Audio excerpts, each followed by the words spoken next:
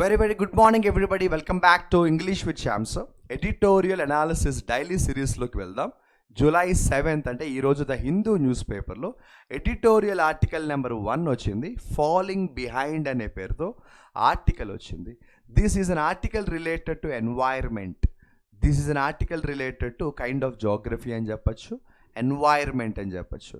ఇంట్రెస్టింగ్గా ఉంటాయి. ఎందుకంటే ఒకరోజు ఆర్టికల్ మనం రీసెంట్గా చూస్తే మీకు జ్యుడిషియరీ సిస్టమ్కు సంబంధించిన ఆర్టికల్ వచ్చింది, సుప్రీంకోర్టు.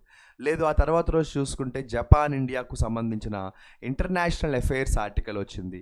ఇలా జ్యుడిషియరీ మీద ఒక ఆర్టికల్, పాలిటీ మీద ఒక ఆర్టికల్ వస్తుంది, ఎకానమీ మీద ఇంకో ఆర్టికల్ వస్తుంది. ఇది ఒక రకంగా చెప్పాలంటే ఎన్వైర్మెంట్ అనొచ్చు, సైన్స్ అండ్ టెక్నాలజీ మీద ఆర్టికల్స్ వస్తాయి. ఎవ్రీడే ఎడిటోరియల్ మనకి డిఫరెంట్ సబ్జెక్ట్స్ టచ్ అవుతూ ఉండడం వల్ల your exploration chances will get better. ఓకేనా, స్టార్ట్ చేద్దాం.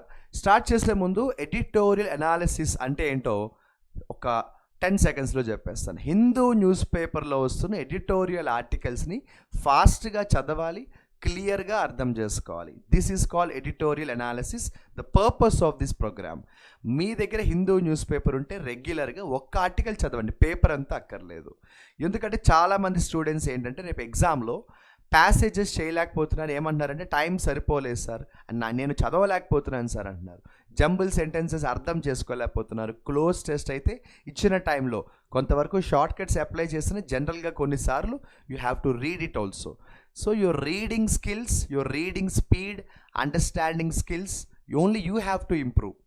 దానికి ఒక మోటివేషన్ మాత్రమే ఎడిటోరియల్ అనాలిసిస్ ప్రోగ్రామ్. ఓకేనా, స్టార్ట్ చేద్దాం. సో ఫాలింగ్ బిహైండ్ అనే పేరుతో ఆర్టికల్ అయితే వచ్చేసింది. ఫ్రాంక్గా చెప్పేస్తాను, ఈ ఆర్టికల్లో what is the gist of the article చెప్పేస్తాను. మీకు తెలుసు ఒక 1 month నుంచి అప్రాక్సిమేట్లీ చాలా గాలి ఎక్కువ వేస్తుంది, విండ్, దానికి తోడు మాన్సూన్ వచ్చేస్తుంది, దానికి సంబంధించి రెయిన్స్ పడుతున్నాయి. ఆ రెయిన్స్ కూడా కంటిన్యూస్గా రావడం ఒక పద్ధతి అయితే, సడన్గా వచ్చి వర్షం గట్టిగా కొట్టేసి వెళ్ళిపోవడం రెండో పద్ధతి.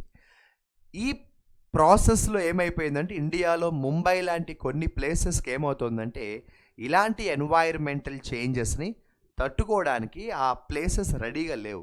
అంటే some places in India like Mumbai are మన ఎన్వైర్మెంటల్లీ వల్నరబుల్, వీక్గా ఉన్నాయన్నమాట. సో ఈ ఆర్టికల్ ఏంటంటే ముంబై అనే ఈ పర్టికులర్ ఏరియాని చెప్తూ అసలు ఎన్వైర్మెంట్లో ఏమైనా మార్పు వస్తే, వర్షాలు గట్టిగా పడితే కూడా ముంబై సరిగ్గా హ్యాండిల్ చేయలేకపోతుంది. ఇందులో కొంత గవర్నమెంట్ ఫెయిల్యూర్ కూడా ఉంది, ప్లానింగ్ లేకపోవడం, లేదంటే multiple geographical factors, environmental factors ఉన్నాయని చెప్పారు. ఓవరాల్గా ఈ ఆర్టికల్ మొత్తం ఒకటే పాయింట్ ఏంటంటే ముంబై పరిస్థితి బాగాలేదు, ఎన్వైర్మెంట్ ఛాలెంజెస్ హ్యాండిల్ చేయడంలో ఫెయిల్ అవుతోందని ఒక్కటే ర్యాంప్ ఇచ్చాడు. ఈ టోటల్ ఆర్టికల్లో ముంబైనే గట్టిగా వాడు మొట్టికాయ వేసుకున్నాడు అనమాట. స్టార్ట్ చేద్దాం. మీరు ఈ వీడియో చూడడం కంప్లీట్ అయిన తర్వాత ఈ ఆర్టికల్ ష్యూర్గా చదవండి. ఓకేనా, that's a promise. Falling behind, అక్కడే మనకు క్లారిటీ వచ్చేసింది, వెనుకబడింది Mumbai. Urbanisation in Mumbai is evolving faster than its infrastructure upgrades. ముంబైలో ప్రాబ్లం ఏంటంటే అర్బనైజేషన్ చాలా ఫాస్ట్గా ఉంది, కానీ ఆ అర్బనైజేషన్ ఎంత స్పీడ్గా ఉందో అంత స్పీడ్గా అక్కడ ఉన్న ఇన్ఫ్రాస్ట్రక్చర్ అప్గ్రేడ్ అవ్వట్లేదు. ఇన్ఫ్రాస్ట్రక్చర్ పాతది, కానీ మనుషులు కొత్త వాళ్ళు వచ్చేస్తున్నారు, కంపెనీస్ కొత్త వచ్చేస్తున్నాయి, అపార్ట్మెంట్స్ వచ్చేస్తున్నాయి, షాపింగ్ మాల్స్ వచ్చేస్తున్నాయి. ఇన్ఫ్రాస్ట్రక్చర్ పాతది. అప్పుడు ఏమవుతుందో మీకు తెలుసు కదా, అదే జరిగింది ఇక్కడ. ఇన్ఫ్రాస్ట్రక్చర్ అప్డేట్ అవ్వలేదు, కానీ అర్బనైజేషన్ ఫాస్ట్గా ఉంది. నేను సెంటెన్సెస్ ఫాస్ట్ చదువుతా, మీకు నేను స్లోగా ఎక్స్ప్లెయిన్ చేస్తాను. The south west monsoon has been highly active over western India with south westerly winds loaded with moisture sweeping over the western ghats and delivering intense rains along the Konkan coast, while other weather systems offshore are routing more moisture over Mumbai and the surrounding areas. South west monsoon చాలా గట్టిగా ఉంది, ముఖ్యంగా మన ఇండియాకి సంబంధించిన western స్టేట్స్లో. అక్కడ winds చాలా గట్టిగా వచ్చేస్తున్నాయి, గాలితో పాటు భయంకరమైన మాయిశ్చర్ అంటే వర్షం నీళ్లు బాగా వచ్చేస్తున్నాయి. వెస్టర్న్ ఘాట్స్ చాలా మొత్తం ఇదే ప్రాసెస్లో ఉంది. దానికి తోడు ఇంటెన్స్ రెయిన్స్, కొంకన్ కోస్ట్ మొత్తం భారీ వర్షాలు పడిపోతున్నాయి.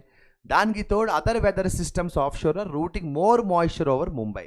దీనికి తోడు ముంబైలో మిగిలిన స్టేట్స్తో కంపేర్ చేస్తే ముంబైలో వర్షాలు మరీ ఎక్కువ పడుతున్నాయి, ముంబై అలాగే చుట్టుపక్కల ఏరియాస్లో. సో ఇండియాలో చాలా చోట్ల ఇదే పరిస్థితి, ముంబైలో మరీ ఎక్కువ ఉందంట. In urban areas in general, rainfall intensity matters more than volume. This is a very important sentence.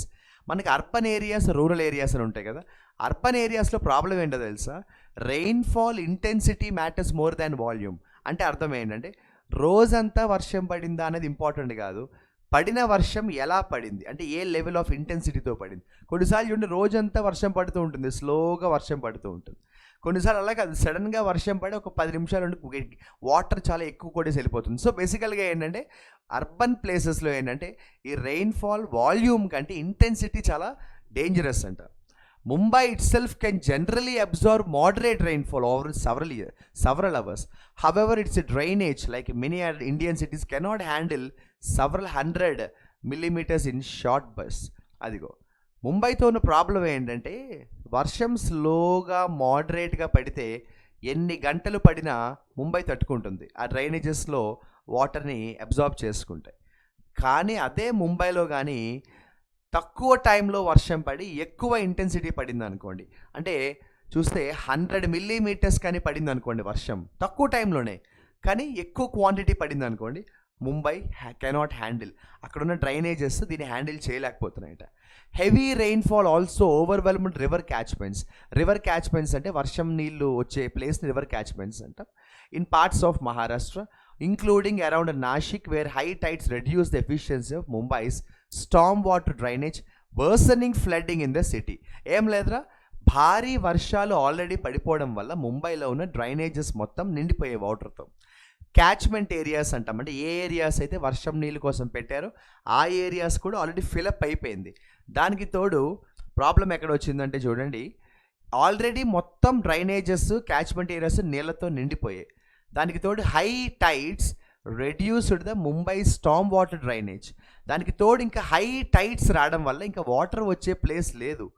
Worsening flooding, ఇప్పుడు మీరు చెప్పండి న్యాచురల్గా ఏమవుతుంది, డ్రైనేజెస్ మొత్తం నీళ్ళతో నిండిపోయాయి, క్యాచ్మెంట్ ఏరియాస్ నీళ్ళతో నిండిపోయాయి, ఇక రిజర్వాయర్స్ కూడా కెపాసిటీని దాటి నీళ్ళు వచ్చేస్తే ఒకటే ఆప్షన్ ఏమవుతుంది, ఇక నెక్స్ట్ కాన్సిక్వెన్స్ ఏంటి, వరదలు వచ్చేస్తున్నాయి, ఫ్లడ్డింగ్స్ వచ్చేస్తున్నాయి.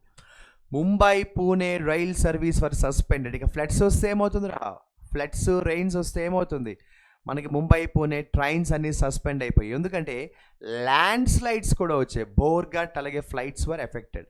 సో బోర్ఘాట్లో ల్యాండ్ స్లైడ్స్ వచ్చాయి, ట్రైన్ సర్వీస్ ఆపేశారు, ఫ్లైట్ సర్వీస్ కూడా సస్పెండ్ చేశారు. The closures of the Mumbai Pune express way and the Mumbai Goa highway and significant flooding on the Mumbai Ahmedabad express way were disruptive. మనకి నేషనల్ హైవేస్ ఉంటాయి కదా, ఈ నేషనల్ హైవేస్ కూడా చాలా దారుణంగా మారిపోవడంతో కొంతవరకు డిస్టర్బెన్స్ స్టార్ట్ అయింది అక్కడ. ఏదంటే ముంబై పూణే, ముంబై గోవా లాంటి highways. Speaking to the increased expressway were the speaking to the increase erraticity of the monsoon rainfall. Erraticity అంటే అర్థం ఏంటంటే చాలా ప్రాబ్లమ్స్ అనమాట, చాలా ఇబ్బంది కలిగించడం అనమాట. ఓకేనా? సో మాన్సూన్ రెయిన్ఫాల్ వల్ల ఏమైందంటే దారుణమైన సిచ్యువేషన్ మొత్తం హైవేస్ మీద వచ్చేసింది Mumbai and near by places. vulnerabilities associated with linear infrastructure projects and the ease with which the effects of natural disasters are compounded by cascading failures. This is the main sentence ra. Already ముంబైలో మనకి ఏమైందంటే చాలా చోట్ల natural disasters వచ్చే అవకాశం ఉన్న areas ఎక్కువ. దానికి తోడు ఇప్పుడు ఈ మాన్సూన్ టైంలో ఈ ల్యాండ్ స్లైడ్స్ వల్ల, అంటే ఈ ల్యాండ్ స్లైడ్స్ లాంటి న్యాచురల్ కెలామిటీస్ ఉన్న ఏరియాస్లో హెవీ రెయిన్ పడడం, వాటర్ అక్యూములేట్ అవ్వడానికి ప్లేస్ లేక ఫ్లడ్స్ రావడంతో న్యాచురల్ కెలామిటీస్కి వల్నరబుల్గా ఉన్న ఏరియాస్లో ఇప్పుడు ఏమైందంటే ఈ హెవీ వాటర్ రావడం వల్ల క్యాస్కాడింగ్ ఎఫెక్ట్ వచ్చింది. క్యాస్కాడింగ్ ఎఫెక్ట్ అంటే కాంపౌండింగ్ ఎఫెక్ట్ అన్నమాట. కాంపౌండింగ్ ఎఫెక్ట్ అంటే ఒక 10 రెట్లు ఎక్కువ ఇంపాక్ట్ వచ్చింది. అంటే నార్మల్గా 10% ఉండాల్సిన ఎఫెక్ట్ 100% అయిపోయింది. ఎందుకంటే ఆల్రెడీ కొన్ని ఏరియాస్లో వల్నరబిలిటీ ఉంది, దానికి తోడి నాన్ స్టాప్ రెయిన్స్ పడడం. A shawl collapse in Mankhurd took the lives of 5 children. ఇలాంటి సిచ్యువేషన్లో ఓ పక్కన వరదలు, ఓ పక్కన వర్షాలు, దానికి తోడు ల్యాండ్ స్లైడ్స్, పెద్ద పెద్ద బిల్డింగ్స్. షాల్ అంటే ఒక పెద్ద పెద్ద షాపింగ్ కాంప్లెక్స్ లాగా పెద్ద బిల్డింగ్ అనమాట. బిల్డింగ్స్ పడిపోయాయంటే ఈ మధ్యకాలంలో ముంబైలో కొంతమంది పిల్లలు కూడా చనిపోయారంట. Mumbai lies on a peninsula built. మీకు పెనిన్సులా అంటే తెలుసు కదా, 3 sides వాటర్ ఉంటుంది. So Mumbai lies on a peninsula built mostly on reclaimed land, former marshes. tidal flats and low-lying coastal areas, creating the characteristic risk of higher flooding when rainfall coincides with high tide. సింపుల్గా చెప్పాలంటే కొంతవరకు హైదరాబాద్ గురించి మనం మాట్లాడుకునేటప్పుడు almost ఇలాంటి problems కూడా మనం హైదరాబాద్లో కూడా చూస్తుంటాం, రైట్? సో ప్రాబ్లం ఏమైపోయిందంటే చాలా వరకు మనకి లో లయింగ్ ఏరియాస్ ఉంటాయి. ఎప్పుడైతే లోకట్టు ప్రాంతాలు అంటారు ఇన్ తెలుగు, లోకట్టు ప్రాంతాలు ఎక్కువ ఉంటాయో కొంచెం వర్షం పడినా అక్కడికి నీళ్ళు ఎక్కువ వెళ్ళిపోతే అక్కడ ఉన్న పీపుల్ చాలా ఇబ్బంది పడతారు. దానికి తోడు అదంతా కూడా రీక్లెయిమ్డ్ ల్యాండ్, ఫార్మర్ మాషెస్. అంతకుముందు నీళ్ళు ఉండే ఏరియాస్లో మన వాళ్ళు సేమ్ హైదరాబాద్లో లాగా అక్కడ కూడా ప్రాబ్లం ఏమైపోతుందంటే చాలా చోట్ల, హైదరాబాద్నే కదా ఇండియాలో చాలా చోట్ల అదే ప్రాబ్లం. ఒకప్పుడు అక్కడ చిన్న చిన్న రివర్స్ లాంటివి ఉండేవి, వాటి బదులుగా ఏం చేశారంటే అక్కడ హౌసెస్ కానీ బిల్డింగ్స్ కానీ వచ్చేసాయి అనమాట. దానివల్ల వల్నరబిలిటీ ఎక్కువ ఉంటుంది, సెన్సిటివిటీ ఎక్కువ ఉంటుంది అనమాట. It is compounded by decades of haphazard urbanisation. This is a very nice word రా. అర్బనైజేషన్ మంచిదే, urbanisation it is never a complaint. Urbanisation ఉండాలి, కానీ ఎలాంటి అర్బనైజేషన్ జరిగింది ముంబైలో? హఫజార్డ్ అర్బనైజేషన్ జరిగింది, అంటే ప్రమాదకరమైన అర్బనైజేషన్ జరిగింది. Has encouraged water to run off rather than be absorbed by the ground, forcing drains to handle more water than their design limits.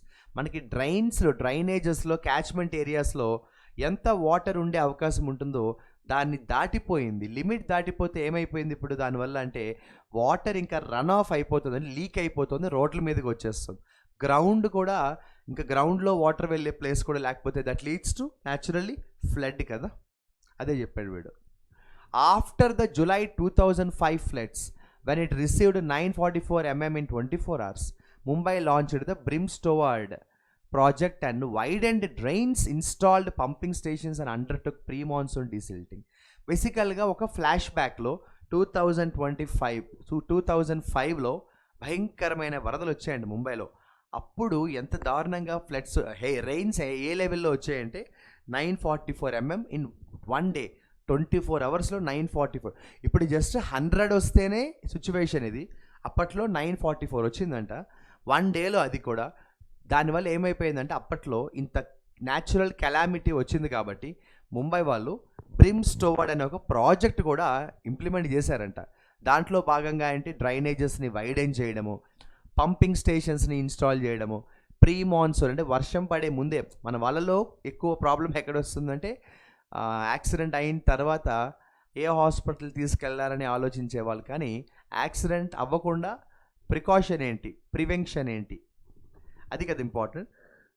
So pre monsoon అంటే వర్షాకాలం వచ్చే ముందే డీసిల్టింగ్ చేయాలి. డీసిల్టింగ్ అంటే ఏంటంటే ఇప్పుడు డ్రైనేజెస్లో డెబ్రిస్ ఉంటుంది, డస్ట్ మెటీరియల్స్ ఉంటాయి, ప్లాస్టిక్ ఉంటుంది, డ్రైనేజెస్ని క్లీన్ చేయడమే డీసిల్టింగ్ అంటాం. సో ఈ బ్రిమ్స్టోవర్డ్ అనే ప్రాజెక్ట్లో భాగంగా అప్పట్లో ఇవన్నీ చేశారు.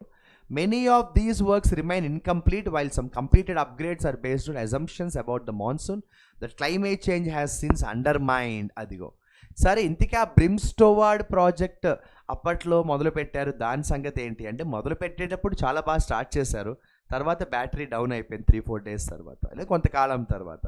సో 2005లో జరిగిన న్యాచురల్ కెలామిటీ వచ్చినప్పుడు బ్రిమ్స్టోవర్డ్ అనే అద్భుతమైన ప్రాజెక్ట్ని అయితే స్టార్ట్ చేశారు, కానీ అది ఎప్పటికీ కంప్లీట్ అవ్వలేదు అని చెప్తున్నాడు. ఇన్కంప్లీట్ అయిపోయింది అది. కొంతమంది ఏంటంటే సగం అయిందంటున్నారు, కొంతమంది ఏంటంటే రాంగ్ అజంప్షన్స్తో ఆ ప్రాజెక్ట్ని సరిగ్గా ముందుకు తీసుకెళ్ళలేదట.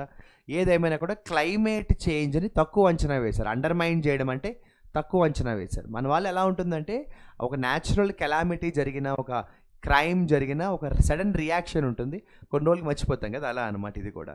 సో క్లైమేట్ చేంజ్ని తక్కువ అంచనా వేయడం వల్ల బ్రిమ్స్టోవర్డ్ అనే ప్రాజెక్ట్ కూడా ఫెయిల్ అయిపోయింది. మేబీ ఈ వీడియో చూస్తున్న వాళ్ళలో ఎవరైనా ఈ కైండ్ ఆఫ్ గ్రూప్స్ కానీ లేదంటే సివిల్స్ కానీ ప్రిపేర్ అయ్యే స్టూడెంట్స్ ఉన్నారనుకోండి, మీకు తెలిసి నేను చెప్పక్కర్లేదు ఏం చేయాలో. బ్రిమ్స్టోవర్డ్ గురించి ఒక రీసెర్చ్ చేసేసుకుంటే you will get some current affairs, GK also. Officials have also, యాక్చువల్గా చెప్పాలంటే యూపీఎస్సీ గురించి అనుకోకుండా డిస్కషన్ వచ్చింది కాబట్టి డిజాస్టర్ మేనేజ్మెంట్ అంటాం. సో డిజాస్టర్ విపత్తు నిర్వహణ అంటారు. సో డిజాస్టర్ మేనేజ్మెంట్ అనే సబ్జెక్ట్లో ఏంటంటే ఇలాంటి ఆర్టికల్స్ ఖచ్చితంగా మీరు నోట్స్ మేకింగ్ అనేది చేసుకోవాలి. Officials have also argued that pre-monsoon desilting helped reduce flooding in parts of Mumbai, but water on the Mumbai-Ahmedabad expressway, the Chawl collapse, deadly tree falls in Kurla and Ari, lack of redundancies in public transport, and the BMC's belated advisory to builders to halt hazardous construction all suggest a government labs. నేను మీకు స్టార్టింగ్లో మీతో మాట చెప్పే గుర్తుందా, చాలా విషయాల్లో government కూడా ఫెయిల్ అయింది అన్నాను కదా. ఎక్కడెక్కడ గవర్నమెంట్ ఫెయిల్ అయిందంటే, మనకి వర్షాకాలం వచ్చే ముందే గవర్నమెంట్ ప్లాన్ చేసుకోవాలి. ఎలాంటి విషయాల్లో అంటే చూడండి, హజార్డియస్ కన్స్ట్రక్షన్స్. ఇప్పుడు ఒక ఏరియా ఉంది, ఆ ఏరియాలో కానీ బిల్డింగ్ కడితే రేపొద్దున వర్షాలు వచ్చే టైంలో ప్రాబ్లం పెద్దగా ఉంటుందని తెలిసినప్పుడు పర్మిషన్ ఇవ్వకూడదు కదా, వల్నరబుల్ ఏరియాస్లో, లోకట్టు ప్రాంతాల్లో. సో హజార్డస్ లేదంటే పర్మిషన్ లేకపోయినా కూడా, ఫర్ ఎగ్జాంపుల్ ఒక బిల్డింగ్ ఉంది, దానికి 3 ఫ్లోర్సే వేయాలి, కానీ వీళ్ళు 5 ఫ్లోర్స్ వేసేస్తారు. అప్పుడు ఏమవుతుంది, వల్నరబిలిటీ ఎక్కువ, పడిపోతాయి బిల్డింగ్స్. చాలా వరకు బిల్డింగ్స్ అవే కదా పరిస్థితి. సో ఎనీవే, సో హజార్డస్ కన్స్ట్రక్షన్స్కి పర్మిషన్ ఇవ్వకూడదు. అట్ ద సేమ్ టైం చూసుకుంటే బిలేటెడ్ అడ్వైజరీ టు బిల్డర్స్. ఇదే ఈ బిల్డర్స్ ఉంటారు కదమ్మా, బిల్డర్స్కి సరిగ్గా ఇన్స్ట్రక్షన్స్ ఇవ్వడంలో గవర్నమెంట్ ఫెయిల్ అయింది. దానికి తోడు ఏమైందంటే lack of extra in public transport విషయంలో గవర్నమెంట్ ముందే ప్లాన్ చేసుకోలేదు. ఒకవేళ ఈ రోడ్ బ్లాక్ అయితే వర్షం పడినప్పుడు ప్లాన్ బి ఏంటి, ప్లాన్ సి ఏంటి, లేదు ఈ వెహికల్స్ వెళ్ళలేకపోతే ఏ వెహికల్స్ అరేంజ్ చేసుకోవచ్చు. పబ్లిక్ ట్రాన్స్పోర్ట్ విషయంలో ప్లాన్ ఏబీసీ ఫెయిల్ అయింది. అందుకే ఎక్స్ప్రెస్ వేస్ కూడా వర్షాలతో నిండిపోతే ట్రాఫిక్ జామ్స్ అవుతున్నాయి తప్ప ప్లాన్ బి లేదు. డెడ్లీ ట్రీ ఫాల్స్, ఎప్పుడైతే భయంకరమైన పెద్ద పెద్ద చెట్లు పడిపోతూ ఉంటాయో వాటికి ముందే ప్లానింగ్ చేసుకోలేదు. అంటే ఏం చేయాలి, మనకి చాలా వల్నరబుల్ ఏరియాస్లో డేంజరస్ పొజిషన్స్లో ఉన్న లేదా డేంజరస్ సిచ్యువేషన్స్లో ఉన్న చెట్లు ఉంటాయి. ఆ చెట్లని ముందే ఐదర్ డిఫారెస్టేషన్ చేయడం కరెక్ట్ కాకపోయినా వాటి పొజిషన్స్ మార్చగలం. మీకు టెక్నాలజీ కూడా ఉంది కదా, ఒక ట్రీని తీసి మరో చోట కూడా పెట్టుకునే ఛాన్స్ ఉంది కదా, అలా చేయొచ్చు. ఇక బిల్డింగ్ కొలాప్సెస్ విషయంలో కూడా గవర్నమెంట్ ఫెయిల్ అయింది. ముంబై అహ్మదాబాద్ ఎక్స్ప్రెస్ వే మొత్తం పాడైపోయింది. సో ఇలాంటి విషయంలో ఏమైందంటే డీసిల్టింగ్ కొంతవరకు హెల్ప్ చేసింది, కానీ ఇవన్నీ ముందే గవర్నమెంట్ ప్లాన్ చేసుకోవాలి, కానీ చేసుకోలేదు. Mumbai's accountability also remains split across the BMC for local drainage and roads, the IMD for forecasting, NDRF, 2 railway zone, state government, highway authority. So ఇప్పుడు ఏమన్నాడంటే ముంబైకి సంబంధించిన అకౌంటబిలిటీ కూడా క్లారిటీ లేదు. అంటే సింపుల్గా చెప్పాలంటే ఈ రెస్పాన్సిబిలిటీ నీది లేదు, ఈ రెస్పాన్సిబిలిటీ నాది, ఈ బాధ్యత నువ్వు చేయాలంటే నువ్వు చేయాలి, ఇక్కడ నీళ్లు నువ్వు క్లీన్ చేయాలంటే నాకు సంబంధం లేదు, నువ్వు చేయాలి. So this is not my duty, this is your duty అనే బ్యాచ్ ఎక్కువ ఉన్నారట ముంబైలో. ఎందుకంటే చూడండి, అదిగో కొంతమంది ఏమో బిఎంసి వాళ్ళ రెస్పాన్సిబిలిటీ అంటున్నారు, కొన్నేమో వీళ్ళేమంటున్నారు ఐఎండి వాళ్ళు మాకు వెదర్ రిపోర్ట్ సరిగ్గా ఇవ్వలేదు, వాళ్ళు వెదర్ రిపోర్ట్ వర్షం పడుతుందని వాళ్ళు సరిగ్గా ముందే చెప్పలేదని వాళ్ళు అంటున్నారు. ఈ లోపల ఎన్డీఆర్ఎఫ్ కొంతవరకు నేషనల్ డిజాస్టర్ రెస్పాన్స్ ఫోర్స్ వాళ్ళ మిస్టేక్స్ కొంతవరకు ఉందని వీళ్ళు అంటారు. ఇక్కడ 2 రైల్వే జోన్స్ ఉన్నాయి, స్టేట్ గవర్నమెంట్ ఉంది, హైవే అథారిటీస్ ఉన్నాయి, ఒకరినొకరు బ్లేమ్ చేసుకుంటున్నారంట. అది ఓవరాల్గా city has improved at shutting down to save lives and minimizing the death toll. ఏదేమైనా కొంతవరకు ముంబైలో లాస్ట్ వీక్ లేదా లాస్ట్ మంత్తో కంపేర్ చేస్తే కొంతవరకు సిచ్యువేషన్ బెటర్గా ఉంది, డెత్ టోల్ని కంట్రోల్ చేయగలిగారు. కానీ climate change and urbanization evolve faster than infrastructure. Simply waiting for system capacity to catch up to demand will be a failing strategy. Urbanization చాలా fast ఉంటుంది, క్లైమేట్ చేంజ్ చెప్పగలదు, అది కాన్స్టెంట్. అది infrastructure మాత్రం update అవ్వట్లేదు. ఎప్పుడైతే హెడ్లైన్స్లో చెప్పింది ఇన్ఫ్రాస్ట్రక్చర్ అప్డేట్ అవ్వకుండా క్లైమేట్ చేంజ్ మారిపోతుంది, అర్బనైజేషన్ ర్యాపిడ్ డెవలప్మెంట్ ఉన్నప్పుడు న్యాచురల్గా ఏమవుతుందంటే డిజాస్టర్స్ అనేవి ఇలాగే కంటిన్యూ అవుతాయి. కాబట్టి మనం ఇన్ఫ్రాస్ట్రక్చర్ని కూడా ముందే ఇంప్రూవ్ చేసి పెట్టుకోవాలి. Simply waiting for system capacity to catch up to demand అంటే ఏంటంటే, సరే సిచ్యువేషన్ వచ్చినప్పుడు చూద్దాంలే, ప్రాబ్లం వచ్చినప్పుడు చూద్దాంలే, సిస్టమ్ కెపాసిటీ డెవలప్ అయినప్పుడు చూసుకుందాంలే, అవసరమైనప్పుడు యాక్షన్ తీసుకుందాంలే అని కాకుండా ముందుగానే అర్బనైజేషన్ ఎంత ఫాస్ట్ ఉందో, క్లైమేట్ చేంజ్ ఎంత ర్యాపిడ్ ఉందో వాటికి ఈక్వల్గా ఇన్ఫ్రాస్ట్రక్చర్ బిల్డింగ్ కూడా మనం ఫాస్ట్గా చేసుకుంటే ఇలాంటి డిజాస్టర్స్ని కొంతవరకు ఆపచ్చు, లేకపోతే కంప్లీట్ ఫెయిల్యూర్ స్ట్రాటజీ అవుతుంది అని చెప్తున్నాడు. సో ఈ article it is not only applicable to Mumbai, it is a general article. వీడు ముంబైని ఒక ఎగ్జాంపుల్గా తీసుకున్నాడు తప్ప జనరల్గా చెప్పాలంటే this article is applicable to every other place. So system failure అయినప్పుడు సిస్టమేటిక్ స్టెప్స్ అనేవి తీసుకోవడం చాలా అవసరం. కాన్స్టెంట్గా ఏమవుతుందంటే సిస్టమేటిక్ స్టెప్స్ తీసుకోవడంలో ఫెయిల్ అవుతున్నాము, సిస్టమ్ ఫెయిల్ అవుతుంది. డిజాస్టర్స్, న్యాచురల్ కెలామిటీస్ విషయంలో ఖచ్చితంగా వీఆర్ ల్యాగింగ్ బిహైండ్. చివరికి మనం ఏ స్టేజ్కి వచ్చేసామంటే కామన్ అయిపోయింది కదా, మనం యాక్సెప్ట్ చేసేస్తూ ఉంటాం, న్యూస్లో వస్తూ ఉంటుంది, కనీసం పట్టించుకోం కూడా. పలానా చోట ఒక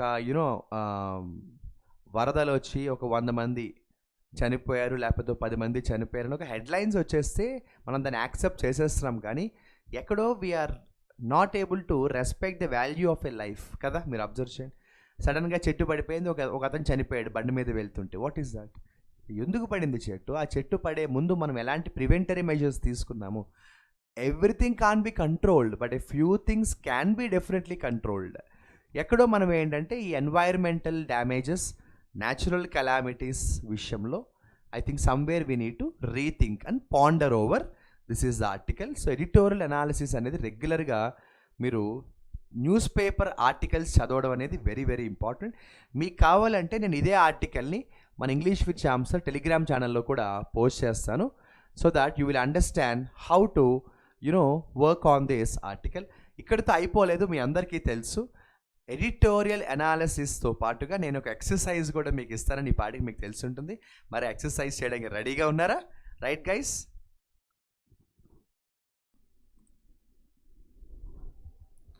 సో ఎడిటోరియల్ ఆర్టికల్కు సంబంధించి ఏదైతే నేను మీకు టోటల్ ఆర్టికల్ ఎక్స్ప్లెయిన్ చేశానో సింపుల్గా తెలుగులో, now we have a beautiful exercise based on the editorial article. So here we go.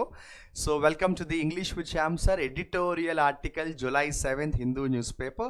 Exercise based on the editorial article. Choose the most appropriate word. మనం ఇందాకటి దాకా తీసుకున్న ఏదైతే vocabulary ఉందో, మన ఆర్టికల్ ఉందో, దానికి సంబంధించిన ఒక ఎక్సర్సైజ్ చేద్దాము.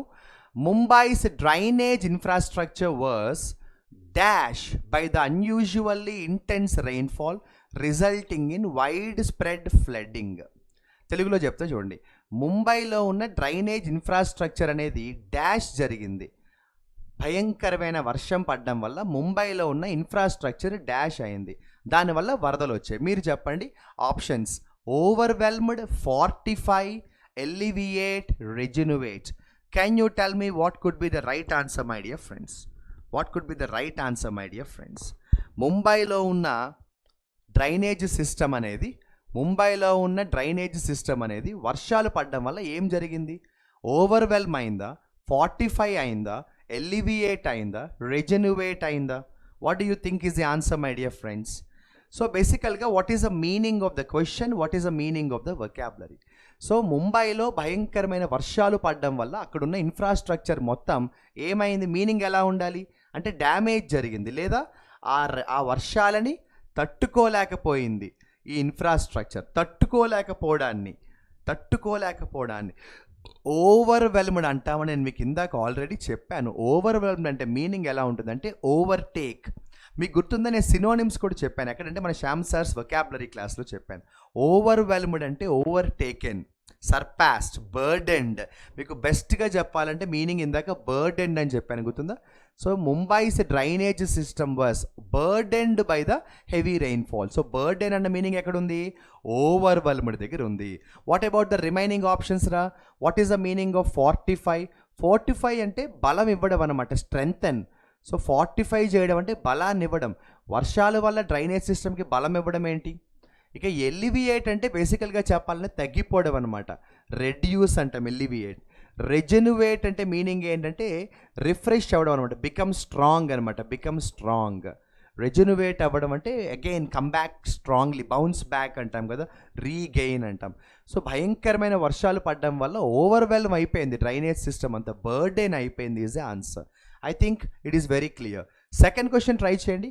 Heavy rainfall coupled with high tides dash the city's storm water drainage system. భయంకరమైన వర్షం, దానికి తోడు భయంకరమైన టైడ్స్ సిటీకి సంబంధించిన డ్రైనేజ్ సిస్టమ్ని డాష్ చేసాయి. మీరు చెప్పండి options: aggravate, mitigate, consolidated, nullified. What could be the answer నాన్న? What could be the answer నాన్న? What could be the answer నాన్న? సో భయంకరమైన వర్షం, దానికి తోడు భయంకరమైన హై టైడ్స్ సిటీ పరిస్థితిని ఏం చేసాయి? ఆల్రెడీ సిటీ బ్యాడ్ పొజిషన్లో ఉంది, ఆల్రెడీ ముంబై అనేది బ్యాడ్ పొజిషన్లో ఉంది. ఇక్కడ ఎలాంటి మీనింగ్ రావాలి? మేక్ వర్స్ అన్న మీనింగ్ రావాలి, అంతే కదా. ఆల్రెడీ బ్యాడ్ పొజిషన్లో ఉన్న ముంబైని ఈ సిచ్యువేషన్ ఇంకా బ్యాడ్ చేస్తాయి, ఇంకా మేక్ వర్స్ చేస్తాయి. దాన్ని అగ్రవేట్ అంటాం. సో అగ్రవేట్ అంటే ఏంటంటే making it bad, making it worse. Already minus ఉన్నది ఇంకా మైనస్ అయిపోతే అగ్రవేట్ అంటాం. What about the other vocabulary నాన్న? What is the meaning of mitigate? Mitigate అంటే మీనింగ్ ఏంటంటే రెడ్యూస్. మిటిగేట్ అంటే రెడ్యూస్. కన్సాలిడేట్ అంటే సపోర్ట్ ఇవ్వడం, బలం ఇవ్వడం. కన్సాలిడేట్ అంటే బలం ఇవ్వడం. నల్లిఫై చేయడం అంటే పూర్తిగా క్యాన్సిల్ చేసేయడం. నల్లిఫై చేసేయడం అంటే క్యాన్సిల్ చేసేయడం అనమాట, క్యాన్సిల్ చేసేయడం. సో ముంబైలో ఉన్న సిచ్యువేషన్లో ఏమైందంటే మనకి ఈ వర్షాలు పడడం వల్ల సిచ్యువేషన్ చాలా అగ్రవేట్ అయిపోయింది, అంటే బికమ్ వర్స్ అయిపోయింది, బికమ్ వర్స్ అయిపోయింది మై డియర్ ఫ్రెండ్స్. సో మీకు నేను బోర్డు మీద ఒక 3 క్వశ్చన్స్ చూపిస్తున్నాను చూడండి. I'm giving you 3 questions on the board. ఈ 3 questions, question number 3, question number 4, question number 5. Question ఉంది, కింద ఆప్షన్స్ ఉన్నాయి. క్వశ్చన్ ఉంది, ఆప్షన్స్ ఉన్నాయి. క్వశ్చన్ ఉంది, ఆప్షన్స్ ఉన్నాయి. నాకు క్వశ్చన్ నెంబర్ 3, 4, 5 ఆన్సర్స్ ఫాస్ట్గా కమెంట్ సెక్షన్లో మెసేజ్ పెట్టాలి. ఆన్సర్ పెట్టడం అంటే జస్ట్ కరెక్ట్ ఆప్షన్ పెట్టడమే కాదు, రిమైనింగ్ ఆప్షన్స్ మీనింగ్స్ కూడా మీరే పెట్టాలి బ్రదర్. అంటే ఫర్ ఎగ్జాంపుల్ ఇప్పుడు 3rd క్వశ్చన్ ఉంది, మీకు ఫర్ ఎగ్జాంపుల్ మెటిక్యులస్ అని మీకు అనిపించింది అనుకోండి, ఆప్షన్ బి అని పెడతారు. కానీ రిమైనింగ్ ఆప్షన్స్ అన్నిటికీ మీనింగ్ కూడా చెప్పాలి. ప్రుడెంట్ అంటే ఏంటి, హఫజార్డ్ అంటే ఏంటి, అండర్మైన్ అంటే ఏంటి, జస్టిఫై అంటే ఏంటి. సి బేసికల్గా the purpose of this exercise is to not just know what the right answer is, but to also learn extra vocabulary. Okay, so questions 3, 4, 5 answers comment సెక్షన్లో ఎవరు ఫాస్ట్గా కరెక్ట్ ఆన్సర్స్ పెడతారో, అదేవిధంగా మిగిలిన ఆప్షన్స్ మీనింగ్స్ కూడా ఎవరు correct message పెడతారో నేను అబ్జర్వ్ చేస్తాను. నేను ఇస్తున్న ఎడిటోరియల్ అనాలిసిస్లో హోంవర్క్ రెగ్యులర్గా చేసే స్టూడెంట్స్కి నేను సండే ఒక సర్ప్రైజ్ గిఫ్ట్ కూడా అనౌన్స్ చేస్తాను. ఓకేమా? మీకు ఈ డాక్యుమెంట్ కావాలి అనుకుంటే English with Shyam sir Telegram ఛానల్లో నేను ఈ డాక్యుమెంట్ షేర్ చేస్తాను. డౌన్లోడ్ చేయండి, నోట్స్ రాసుకోండి. హోంవర్క్ అయితే ఫాస్ట్గా కంప్లీట్ చేయండి. కమెంట్ సెక్షన్లో ఆన్సర్స్ మెసేజ్ చేయండి. Thank you for watching this. I hope the session is useful.